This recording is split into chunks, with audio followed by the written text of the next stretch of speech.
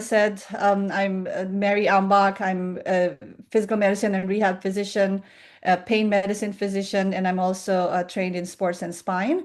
So I've been in clinic for about 2 decades, and half of that was devoted mainly to regenerative medicine. And so have been using MFAT from the beginning. And so this evening, I will share with you the need to know information on microfragmented adipose therapy, the why, how, and how we do this procedure as well. So it's important to know that adipose tissue is a heterogeneous collection of different kinds of cells. We have the progenitor cells in the form of the pericytes, the endothelial progenitor cells, and hematopoietic progenitor cells. We also have stem cells, the adipose stem cells, and hematopoietic stem cells. And we have a host of different kinds of mature cells in the form of adipocytes, some WBC like monocytes and macrophages, lymphocytes, smooth muscle cells, endothelial cells, erythrocytes, and fibroblasts. So there has been different kinds of names to call processed adipose tissue therapy. And it's important to know the differences between this because there's different formulations from the adipose tissue that has been obtained or aspirated. So the lipoaspirate is the fat graft that is being obtained in the bedside, and that is through a harvesting cannula and a vacuum syringe. MFAT, or microfragmented adipose tissue, is lipoaspirate that has been reduced down to smaller pieces, microfragmented, rinse, and cleanse. And this is the one that we use in clinic. Nanofat is a smaller version of MFAT that is further broken down to smaller clusters or smaller sizes through emulsification and centrifugation. SVF, or stromal vascular fraction, is MFAT and nanofat that has been enzymatically digested and centrifuged to produce a more heterogeneous collection of cells and to take out all the extracellular matrix, collagen, and fibrin that is in the mixture. And ASC, or adipose stem cell, is a more homogeneous collection of cells, and this is mainly a cultured an expanded cell-based therapy. So the last two, the SVF and adipose stem cell, needs FDA approval because these are more than minimally manipulated. So just to reiterate the prior slide, you have the lipoaspirate, and after enzymatic digestion and centrifugation, this becomes your SVF, or stromal vascular fraction, which when further cell cultured, you subject it to flow cytometry for analysis of cell markers. You then separate the adipose stem cells.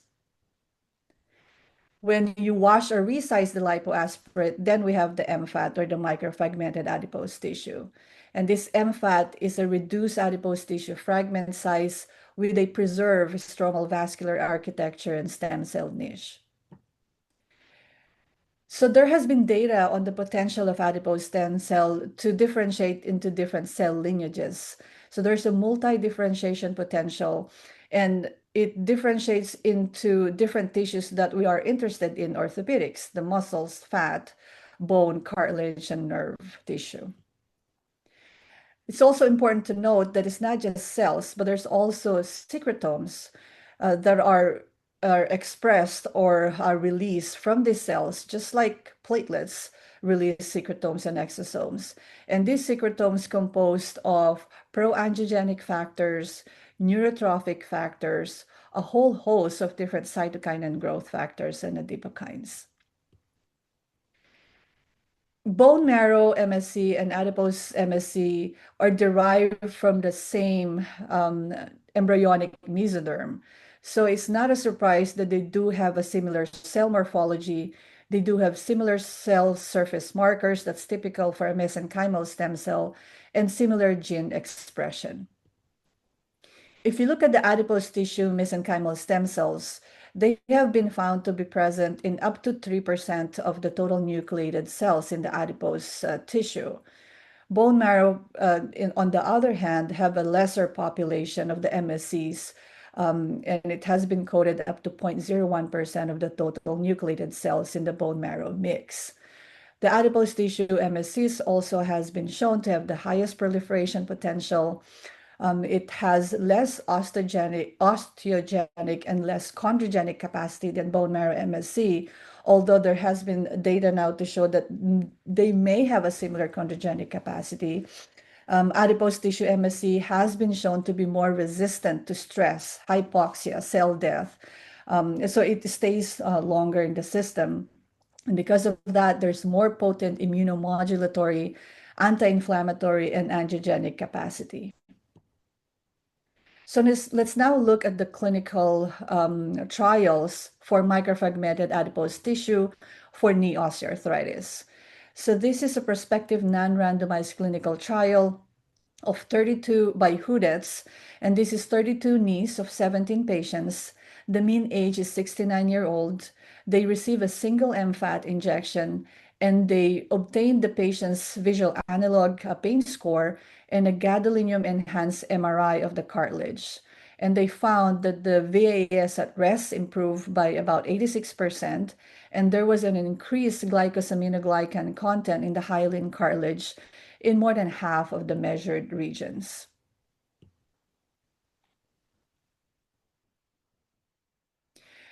This is a retrospective international case series by a lot of the colleagues that we know.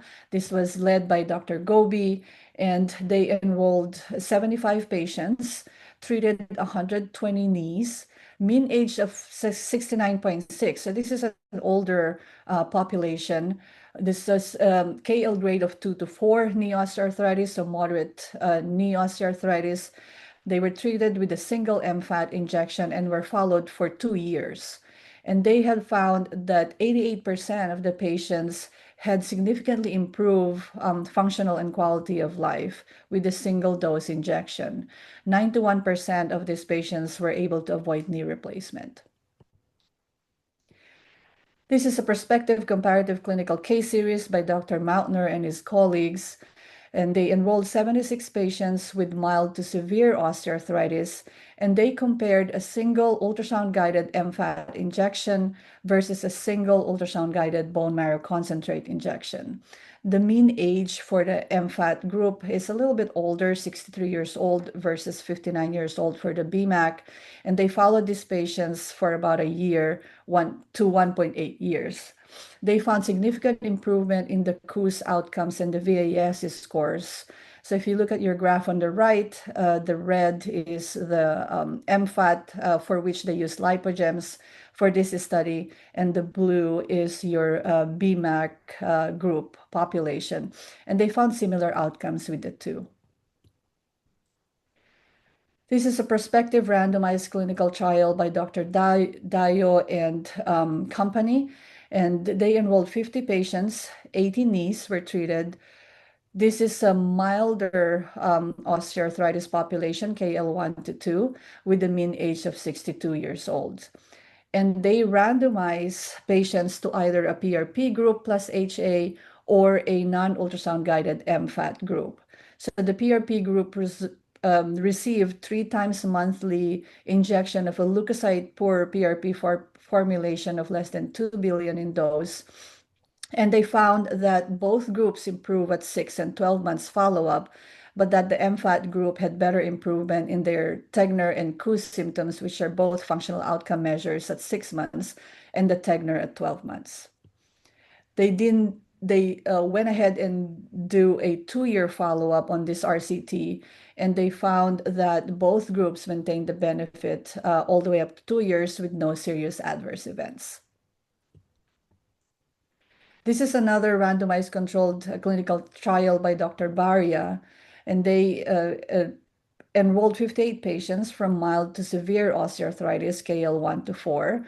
It's important to note that the MFAT group did have a higher KL group with a mean of 3 versus 2.3, and it was also an older population with a mean age of 56.7 versus 52.8. So what they did is they compared a single leukocyte-rich PRP injection with a dose of more than 11 billion versus an 8 ml MFAT injection. And they followed these patients for 6 months. They found that at 6 months, both groups exceeded the MCID for KUS and VAS, and they didn't see any significant difference in outcomes between the two groups. This is a prospective randomized clinical trial by Zafagnini and his colleagues.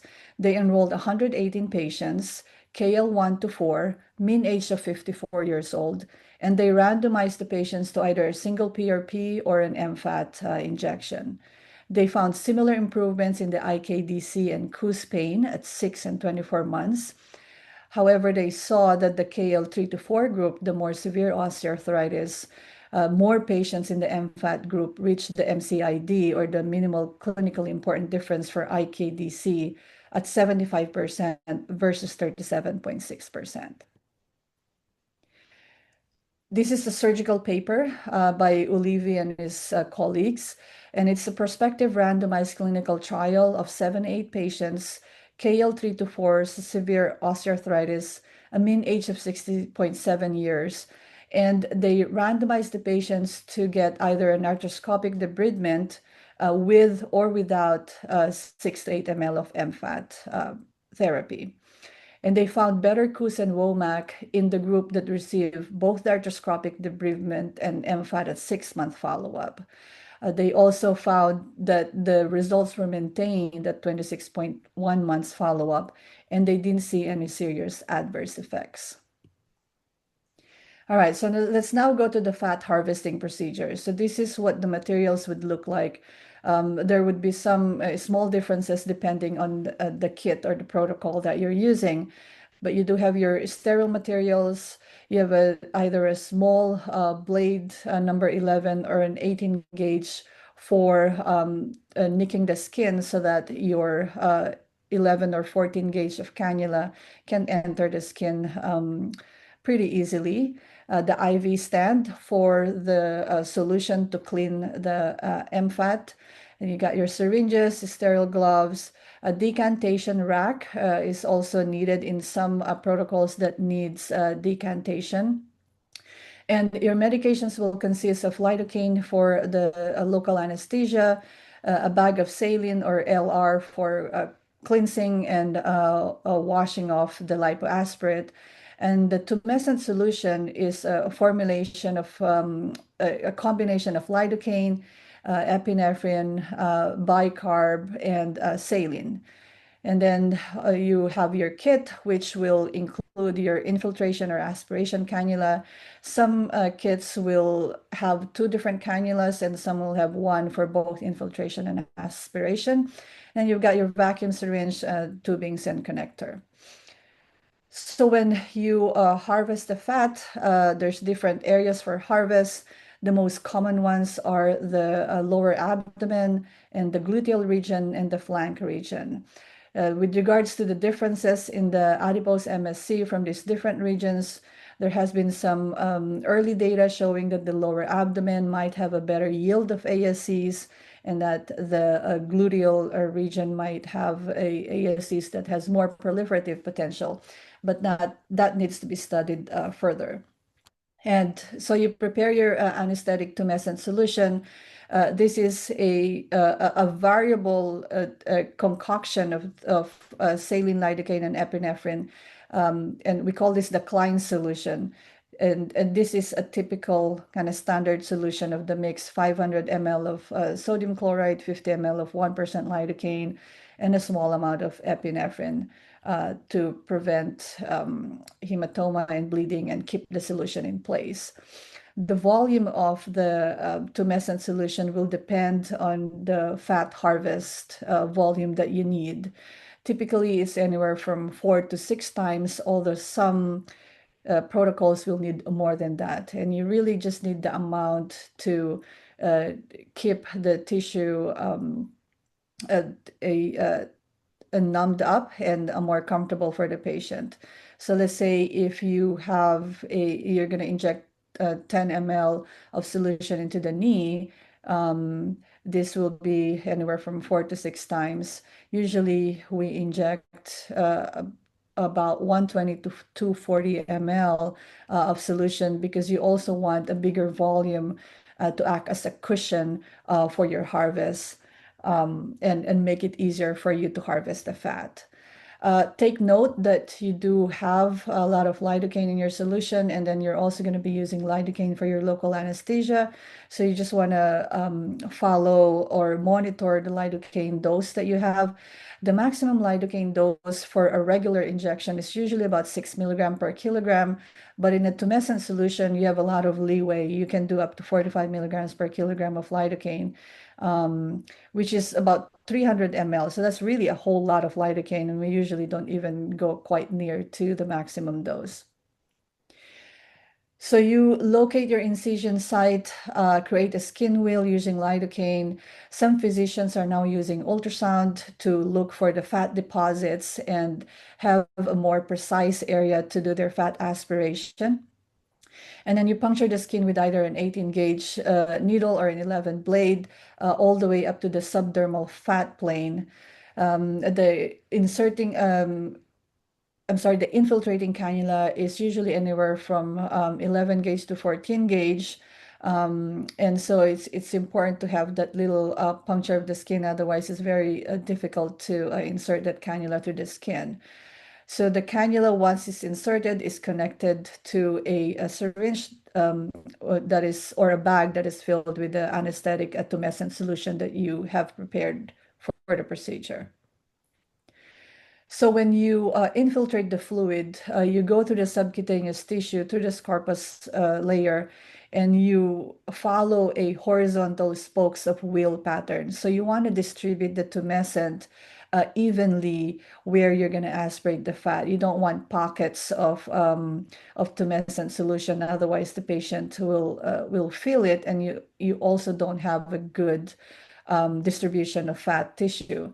So you're slowly injecting the tumescent on your entry and also on your withdrawal strokes, and you want it evenly distributed in the different layers.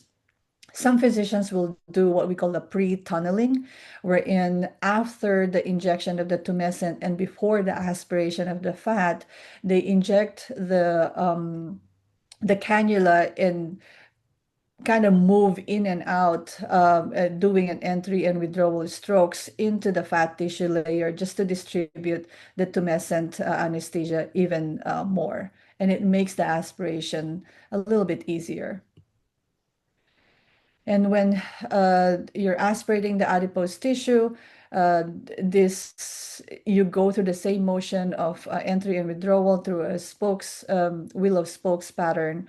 And your cannula is connected to a vacuum syringe. The volume of the aspiration, again, will depend on the kit that's being used, but this is usually anywhere from 4 to 6 times the volume that you need.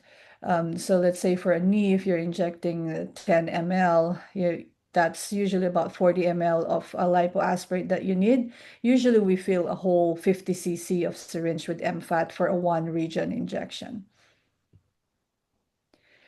So this is just showing the right gluteal region lipoaspiration using a certain kit, but you see how you're distributing that the cannula throughout the subdermal layer into the subcutaneous region. And the syringe there was connected just to create a more closed system to collect the fat. So the other kits will be a closed system like the lipogems and the mini TC, Joint Tech Lab, while the other kits will be a more open system. So just make sure to follow strict aseptic protocol. And the other steps will include decanting the fat to separate the oily layers at the bottom and the red blood cells. And then you have the MFAT in the middle. And then the top part will be the fat globules that you also would like to separate. And then the washing, rinsing, and microfragmenting or resizing can either be through a stainless steel sphere balls, like in the lipogem system on the left here, or through a mesh like the Pure Graph system here, or different connecting systems that have some mesh or blades in between to microfragment the fat tissue even more.